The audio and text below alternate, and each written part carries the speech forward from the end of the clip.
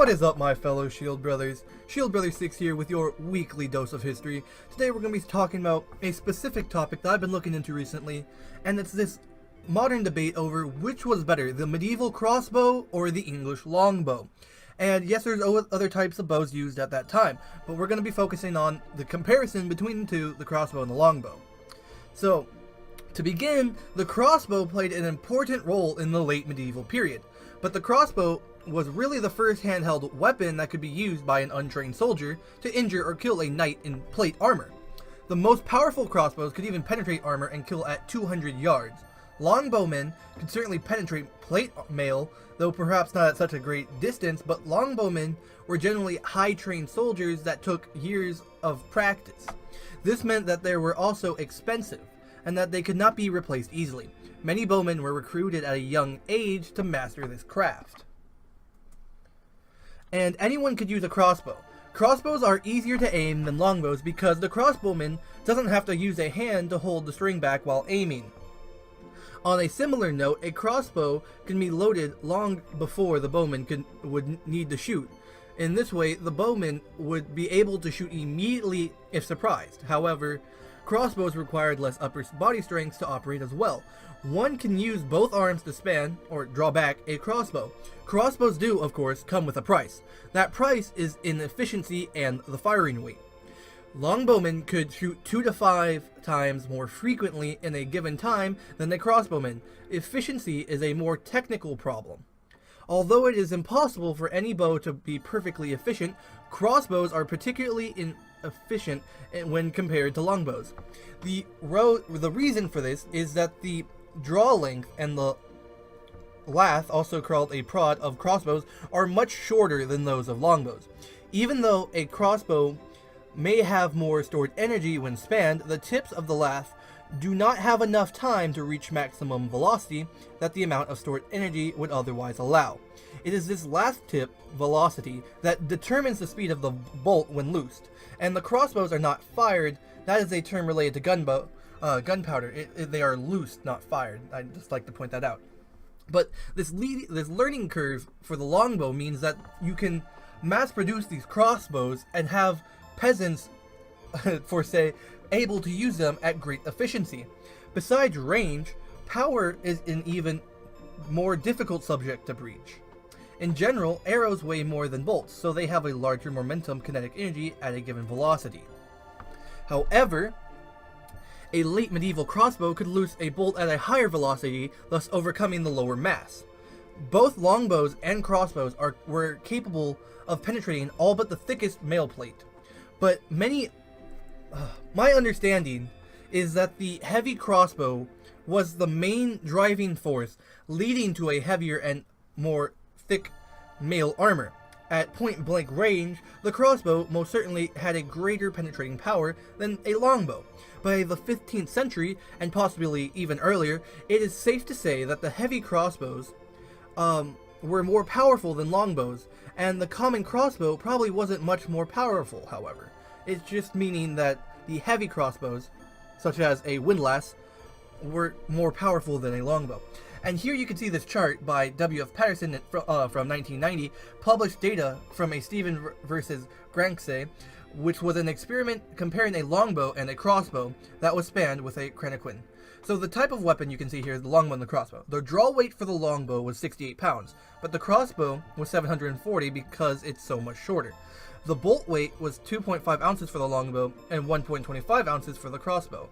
The speed of the bolt was barely even different. It was 133.7 feet per second for the longbow and 138.7 feet per second for the crossbow. So there you can see there wasn't much difference.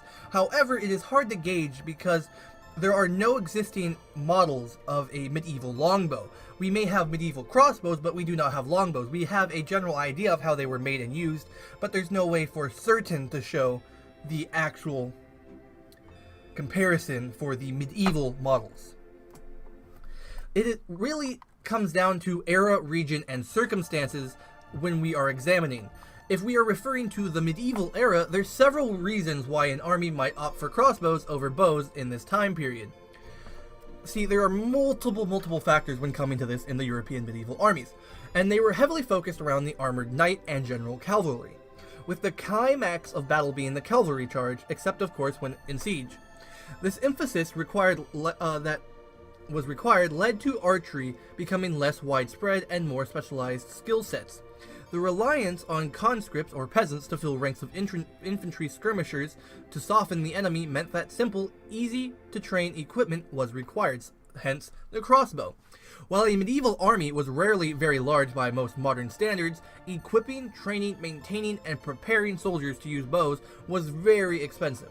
Archers tended to require years of constant practice to be effective with their craft and to be effective on the battlefield, and they had to be trained constantly across the board and in sufficient numbers to do damage to ranks of infantry and cavalry that were armored. On the other hand, crossbows could be manufactured in great numbers and kept relatively within the same basic parameters in an era where real mass production was practically unheard of. The materials only had to be strong enough to support the bow and be of proper dimensions for the conscripts to use when proper mechanical use of mechanisms were coming into play for the drawback. The crossbowmen, with relatively little training, could aim and fire with decent accuracy due to the makeup of the weapon, but with a loss of range, and sometimes the outer range penetration of its bolts was diminished greatly. This also were heavier and slower in the rate of fire compared to well-trained bowmen, but the payoff was that you could take thousands of peasants and in a couple of days have a effective mass-ranged unit of fire at your disposal. The English were something of an exception, however, with their longbows. They had laws requiring all able-bodied men between a fairly broad range of ages to practice weekly with their longbows, which were widely dispersed. The laws required them to practice, even every Sunday, after church on the village green or field to work on their ranging abilities. Furthermore, the longbows could be kept and used outside of this context for hunting on approved lands. This culture of archery within England would allow the English to draw up large numbers of well-trained archers who could shoot fast and farther than the crossbowmen levies, and that were common in the continental Europe armies, or more experienced and trained mercenary crossbowmen such as the Genoese, who were apparently well known for their crossbow skills. This difference in culture and mindset was used to great effect in the battles such as Crécy, Poitiers, and then especially Agincourt, and where English longbows made a significant difference against the formidable and heavily armored French knights. The outcomes of these battles during the 100 Years' Wars showed that the knight was not so invulnerable in their armor, and that the proper tactics and coordination, the nobility could be taken down by peasant conscripts, changing how kings waged wars as a result, especially with Agincourt. Agincourt showed how the peasant would become more important than the knight due to the ability of ranged warfare. If you'd like to learn more about the mechanics, it's rather amusing and generally accurate manner, you can always check out the graphic novel Crécy, which was written by the legendary Warren Ellis. It offers a nice change of pace, and it shows how the crossbow and its mechanics were learned. But the knights and the massed infantry and lighter cavalry in different configurations slowly started to be reduced, and the kings and generals started to realize how important and how groundbreaking and war-changing ranged warfare was going to become. So let's talk about what the advantages of the crossbow are. They're more accurate to begin with. A crossbow can be aimed from any length of time at full draw, allowing the archer to brace the weapon and estimate range at their leisure. Secondly, it's easier to supply with quarrels compared to arrows. It's much easier to get quarrels. Crossbow quarrels are about half the weight of an equivalent longbow arrow and have only 2 fletchings compared to the 3 of an arrow. And quarrels are also simpler, needing only to be stiff enough to survive the high forces applied to them. 3, they're better for sieges, because one thing everyone forgets in the medieval combat revolved mostly around siege warfare. Field battles like Agincourt were a major exception. They were very rare, actually, in this kind of warfare. Sieges are a battle of supply, ultimately, and having crossbows that shoot much cheaper missiles above is a huge advantage to have. And, I mean, if you're going all day and day after day, it's much easier to pick up a cheaper, lighter quarrel and shoot that than an arrow. And plus, you can shoot a crossbow without exposing yourself like you would with a bow. With a crossbow, you can hide behind an armament or behind a barricade and you can shoot from there, whereas with a bow, you have to expose your head and your upper body and arms to shoot the bow. So, 4, it's better against armor. The crossbow quarrel is inherently more efficient at penetrating armor than an arrow, and with an arrow, some energies is lost in the arrow flex when the arrow strikes.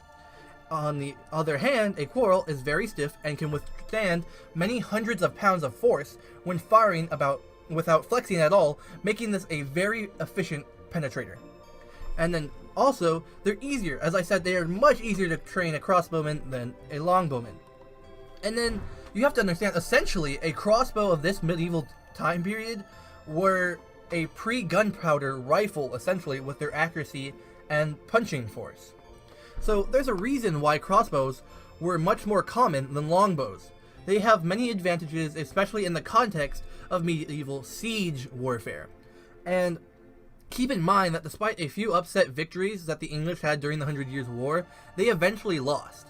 And at Patay, they were charged by knights with plate barding on their horses and swept the field.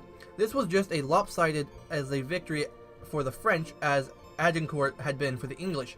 English casualties at this battle were 20-1 because their arrows were not able to penetrate the armor the French had equipped. But let's talk about the advantages of the English longbow. Well, they had high effective range. It can range all the way up to, I believe, like 420 meters, which is ridiculously far. Secondly, they had higher penetration power on non-mail, on padding, chainmail, etc. The longbow had a higher penetration power, especially with the bodkin arrowhead. And they also had a much more rapid rate of fire, meaning you could lay down a lot more cover in fire and have a lot more mass casualties than the crossbow could. Fourth, it inspired high sense of loyalty and motivation in the archer, because they showed how valued they were with their higher wages and the higher training they received, meaning that they were much more inclined to stay and fight after all the training they received than the just random scripted peasant was with the crossbow. The disadvantage, though, was the great amount of strength, mostly, that it required to fire the longbow. Archers had to be trained for a long amount of time, as I said, and also the traditional English longbows were unwieldy because they were up to 6 feet in length, meaning they were taller than some men at this time period. But in conclusion, in my opinion, what I would choose for medieval warfare, if I was to create an army, I would choose the English longbow, due to the higher amount of rapid fire as well as the high effective range, and I know that my men would be well trained with the longbow, and I wouldn't have to worry about the inscripted levies running off due to a higher sense of loyalty within the English longbowmen. So that is my conclusion for this, just due to how you can see that the longbow is effective. Yes, the crossbow may have a few more advantages than the longbow, but I believe I would choose the longbow in medieval warfare. So with that, thank you so much for watching. I hope you learned something about the crossbow and the English longbow. If you have a comment, suggestion, or a concern, such as if you thought maybe the crossbow is better for other reasons, you can go ahead and leave that down in the comment section down for me below. And as always, this has been Shield Brother 6 with your weekly dose of history. I hope you enjoyed, and I'll catch y'all next time.